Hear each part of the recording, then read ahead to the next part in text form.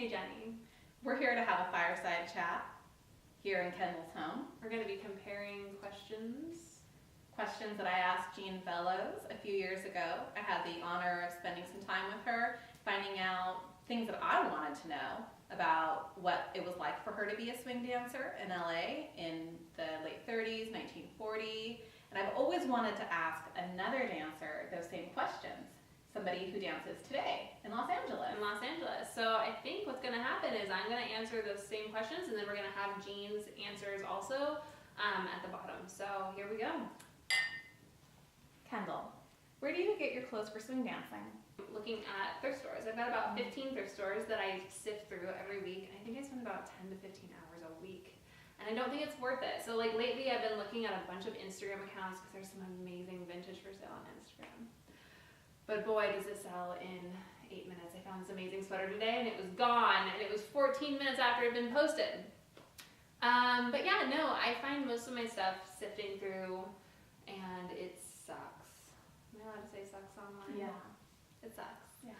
And, but I've been having a lot of stuff made recently. I go to this girl named Carissa with Some Like It Custom, and then I also get some really awesome Local Linda dresses that I love the way those move. They're really nice, and it's easy to just get one of those dresses. They're already done, they already look great, they're already for swing dancing, they've already been like test approved for dancing, and that's just good enough for me. So when you get your clothes made, do you look at a catalog to choose the pattern you want? Gosh, I wish that the catalogs from the 1940s were still around. Lucky for me, I'm on Instagram all the time, and there's a bunch of Instagrammers who post photos in their story. They don't post them on their feed, but just in their story feed of just catalogs from the 1940s, and I usually take screenshots, and then I send them to Carissa, and I say, like, can we merge these two together? And she says yes, and then we actually go fabric shopping together. And she'll do a little sketch and approve it with me, and then she'll do a mock-up. So you can get anything customized for that pattern, like the sleeves or the hem? Yeah, no, it's great, and I'm really big on length and like how it fits the top, and I want a certain cut around the neck, and she'll do all of that stuff. And recently I had a dress made, and I had her change the sleeves after it was done. So it was totally done, and then I was like, can we change the sleeves? And we had enough fabric to do it, so. So when you're looking at a pattern, what are some of the most important style elements to you for dancing? Well, let me show you. Okay. So let's see if I don't get wine on this dress, and it's going to be hard to see because it's not on me, but I really love a lot of the 40s having multiple colors, and they really merge them in well. This dress, the one I had found, it wasn't a full circle skirt. Oh. So this one's full circle. Mm-hmm. Which is not very 40s, but I really wanted that flowing. So that was really important to me to have a circle skirt, and then also I really wanted the sleeves to be movable for dancing. The first sleeve we did, I couldn't move my arms up. And then the colors are important to me too. Like I really want something that stands out and that's different, and I feel like this really was what I wanted. Where do you get the rest of your clothes? Do you sew or knit? I do. Hold the phone.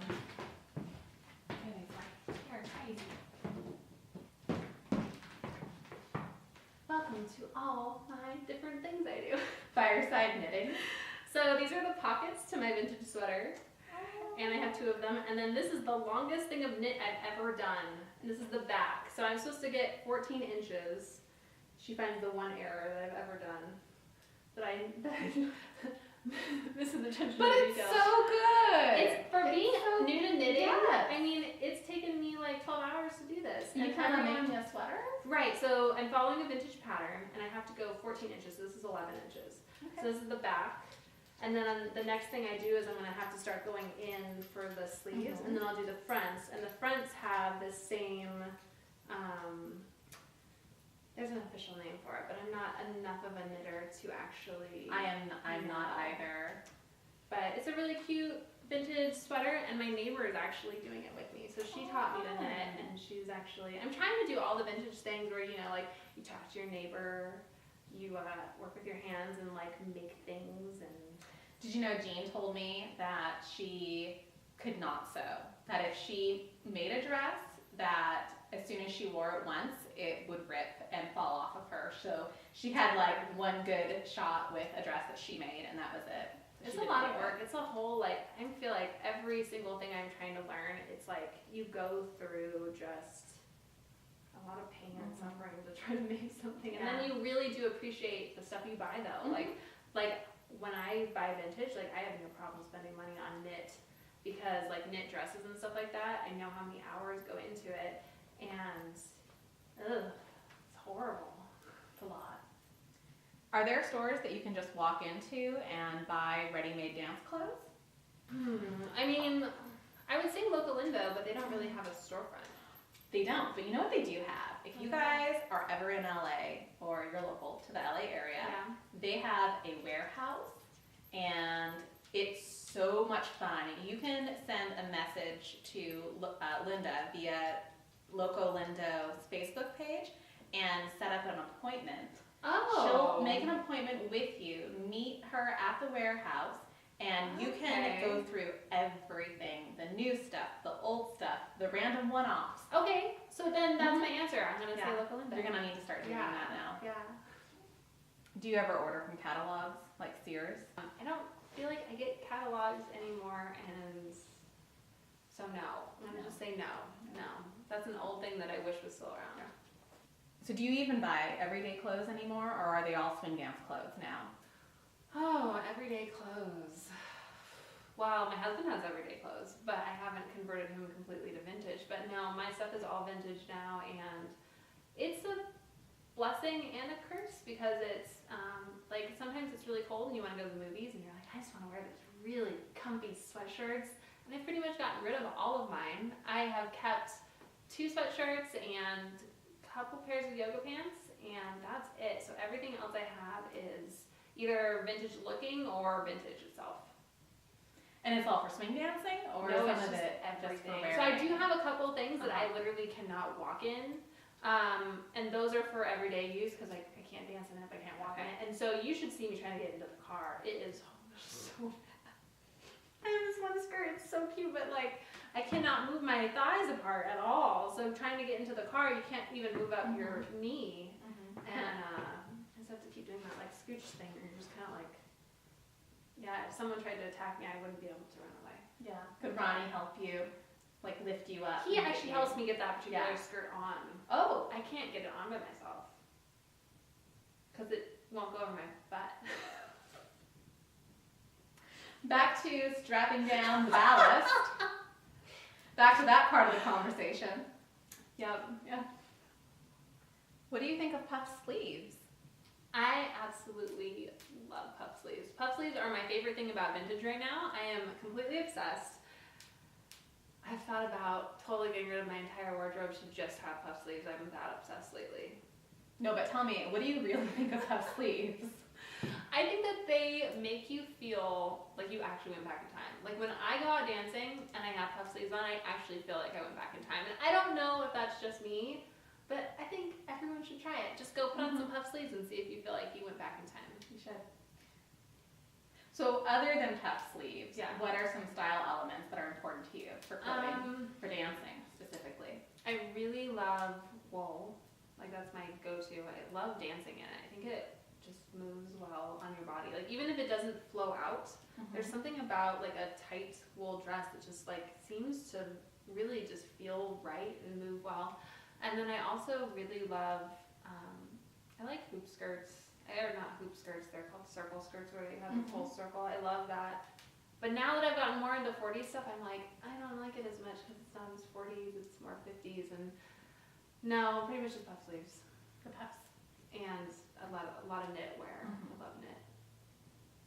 Do you have an example of a dress that has puff sleeves and a full skirt?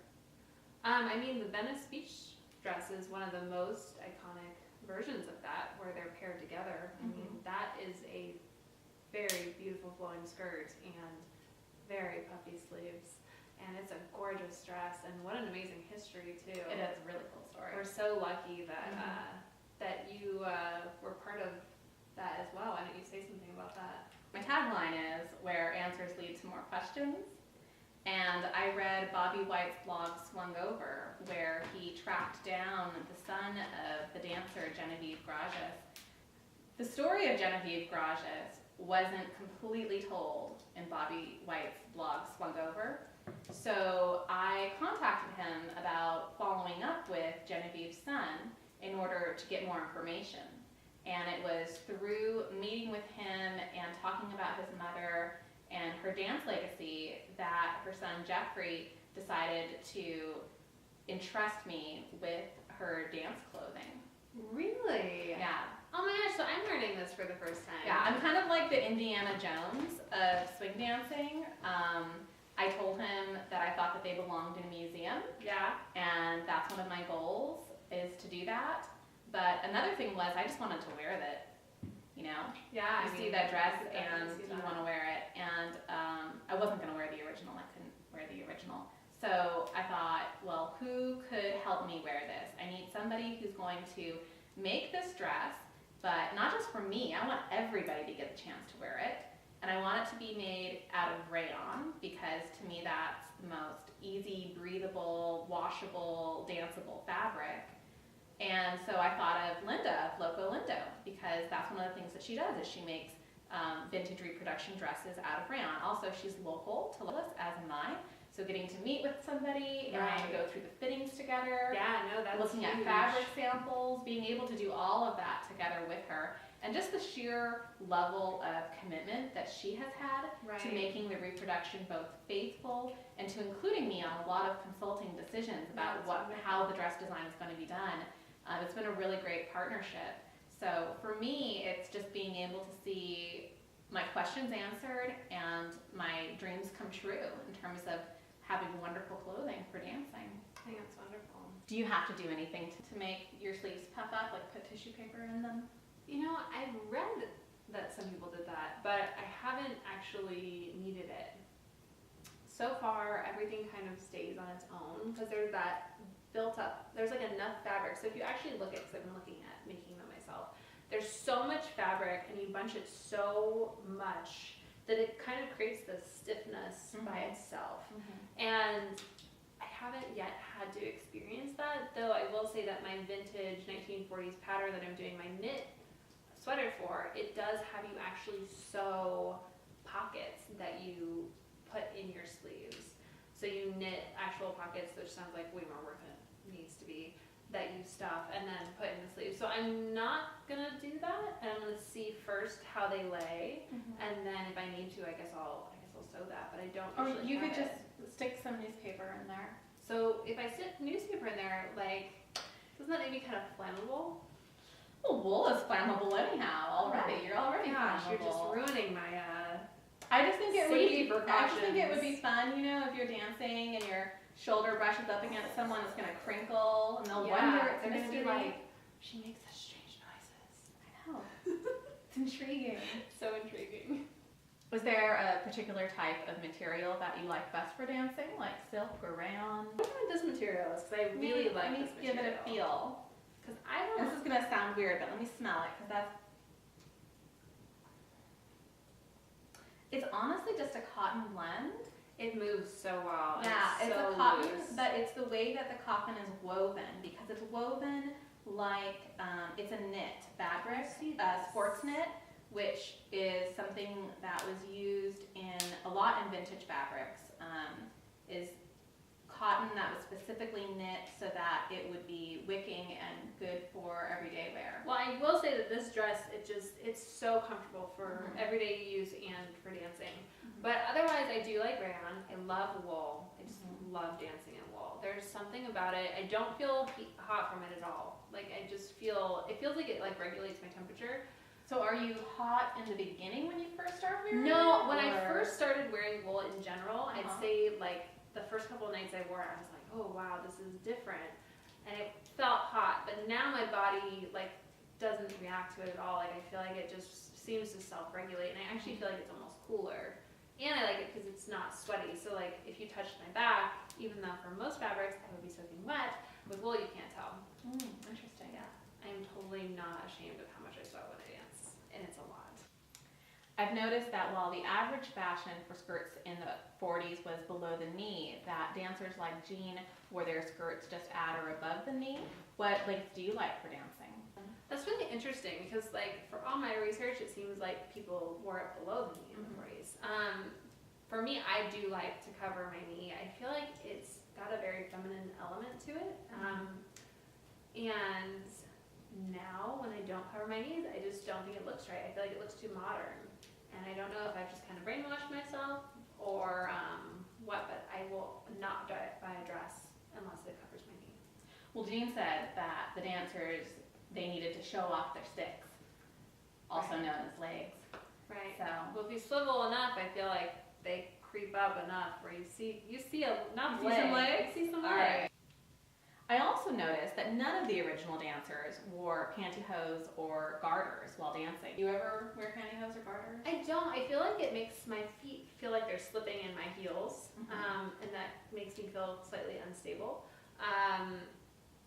I really do want one of those mechanisms where they like drew the pantyhose line with their eyeliner, and it was like, it's almost like a horseshoe thing. I saw an ad for it, and they're like leaning back and they're like pulling it up their leg. I want one of those because I don't actually want to wear pantyhose, but I kind of want that line for fun. I know there's some girls who have tattooed it, but I don't have any tattoos. Do you have any tattoos? I do, and Oh, me that's too. okay. But it's not anything that anyone needs to see unless I choose to show them. Yes. So, Wow. I don't think I'm gonna get pantyhose tattoos, but I mean it's just something. I wouldn't have to. sorry. No, you're fine. Actually, what's interesting? I'm Mm. curious on your point on Yeah. this. I went into a store in Burbank that sells lingerie, the replica of vintage lingerie, and they had pantyhose. And they had like this triangle piece and then the line. Yes. And I've heard that back in the day that triangle piece was supposed to be under your foot, not shown. No, not true. Okay. As so far this as must be I shown. know, yes. And there are different names for that piece. And let me put it this way. Whether or not you showed that Yes. was a little bit dependent on your personality, Okay. you know? So is it kind of like a little It's bit? a tiny bit risque. Yeah? Yeah. Yeah. So it's like wearing red heels. Some women were told back then that if you wore red shoes, it had a bad connotation to it. Really? But some women like to wear red heels anyways. Wow. But you wear socks with your shoes sometimes, right? No, I don't wear socks. You don't? I let my feet just stink completely. Yeah, I don't think that's why Jean wore socks. She wore I mean- socks because her feet are so tiny. I don't know. When I was 15, Okay. I used to wear like fully enclosed. Mhm. Like they were really comfortable shoes. Oh, you know what? They were Keds. Back in the day when everyone wore Yeah. Keds and Walmart sold Some them people for like. still do. I can't. Well, yeah, Yeah. that's true. I used to not wear socks and like you'd have to throw those shoes away. So, do you not wear socks with your heels then? No, I mean with my heels they're very air flowing, so I don't have stinky feet now. Okay. Do you only wear wedges or heels for dancing? Do you ever wear flats? I have a couple cool pairs of flats, but I don't feel like they go with the majority of my skirts, so I only wear them with pants. Okay. So, your choice to wear heels versus flats, does it have anything to do with your dancing, with functionality, or is it mostly just style? It's all just because I wanted to look nice with my dress. But I mean, it did take me a while to shag in heels because it was different on my calves. And if I do go to flats, my calves hurt more. And then if I only wear flats and then I switch to heels, my calves will hurt again because your calf muscles, I've heard they adjust in length to what you're usually kind of doing. I mean, it's not that big of a difference because you're always on your toes with shag anyway, but it does slightly change it. So I usually just wear heels all the time. What is the biggest factor in deciding where you want to go dancing? So I always judge dancing off of three things. So a really good night of dancing will have live music, an amazing venue, and really awesome dances. And I feel cat fur all over my face. So for me, amazing dances has to do with like more musicality. It's not really the level of dancing, but it's whether or not that person wants to play with the music. I love that. Yeah. And also for music, it's a live band. I prefer that over a DJ. And for a venue, I just love like slightly dark, moody lighting. Like it feels like you're traveling back in time, or it's got beautiful lights, or I just want something that takes me out of my element. So I usually try to focus on a live band and a beautiful venue because that way there's like no pressure for good dances, and then it's awesome anyway.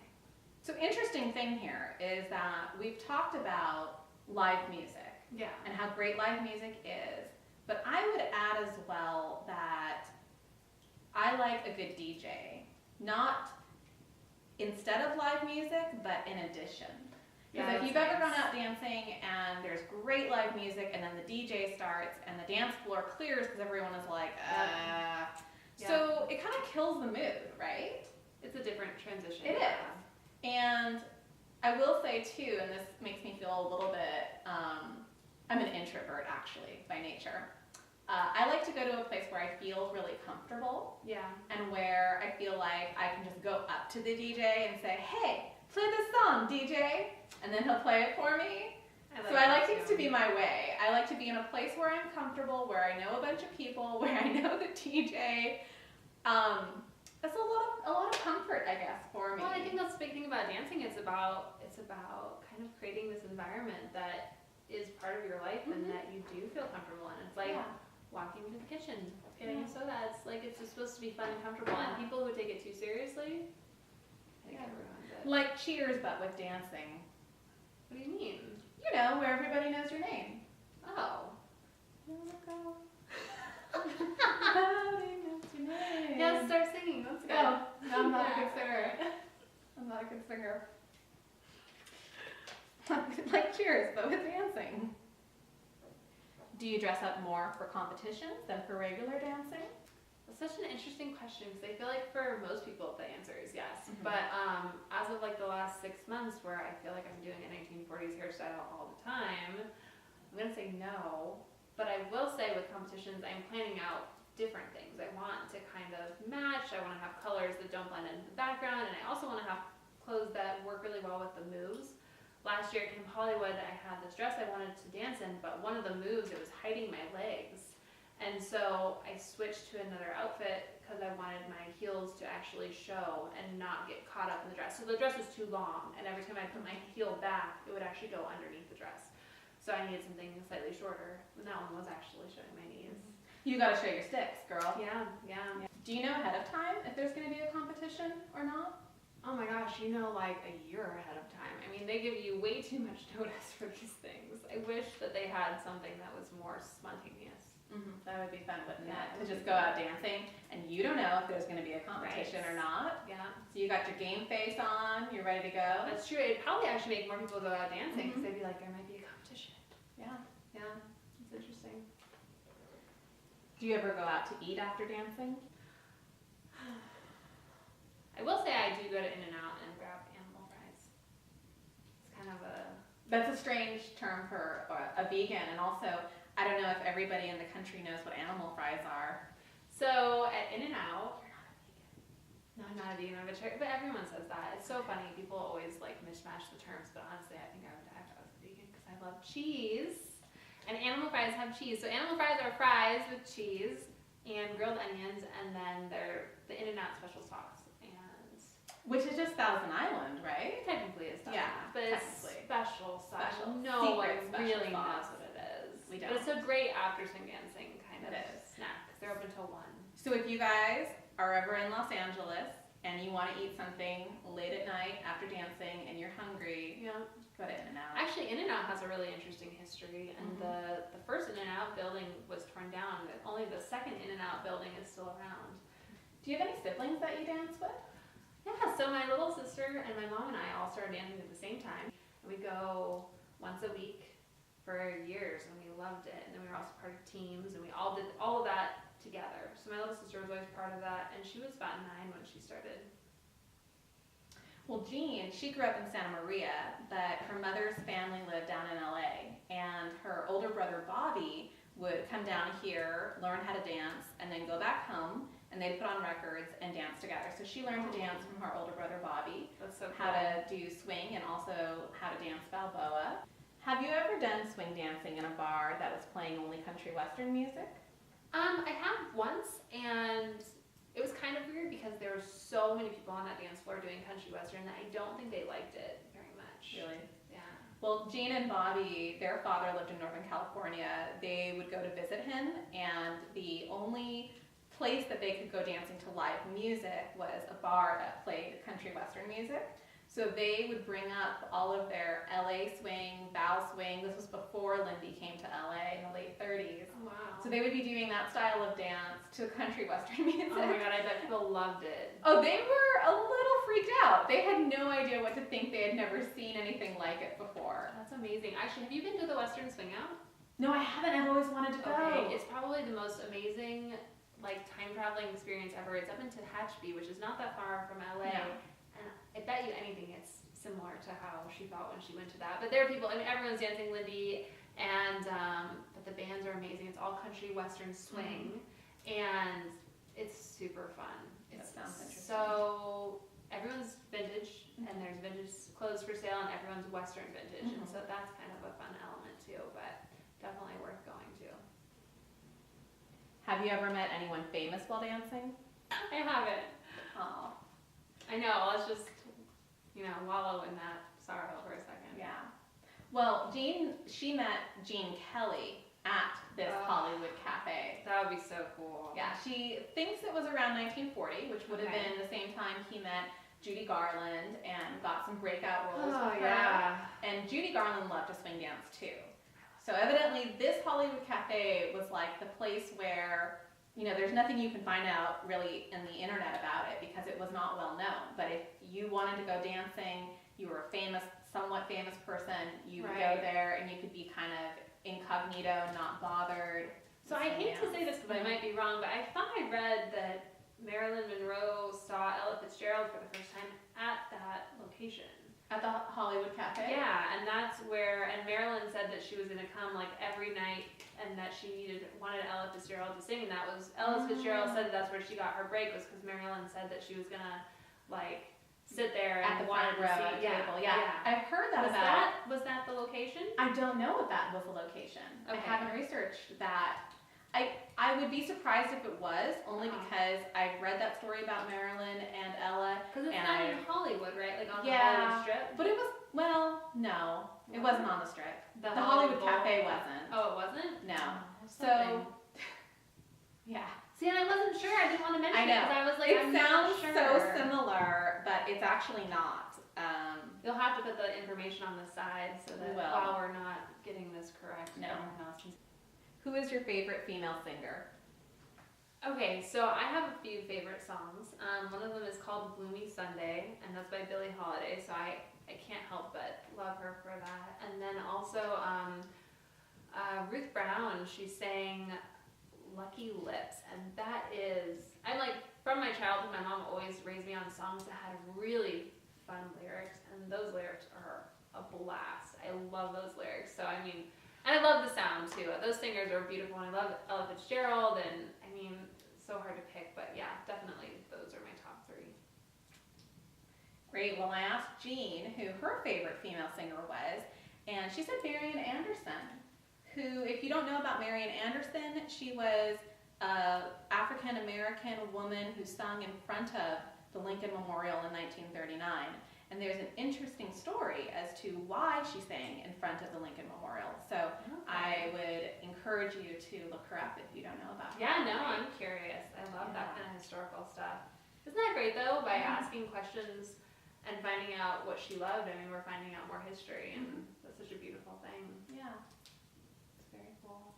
Well, thank you, Kendall. Thanks for answering all of my questions. How roasting are you from being at this fire for so long? It's very warm. If I'm really red on camera, you guys, like this whole side of my face is like It's there's totally a my back furnace end, my whole back right end here. just roasting. So, but it's good because it's been cold lately It's been in really LA. cold. Can you believe it? We're Californians complaining about the weather. I know, we have to wear sweaters. It's so rough. if you're cold out there, just think about us roasting by fire and you'll feel warmer. In Los Angeles. In Los Angeles. Happy New Year, you guys. Bye. Bye.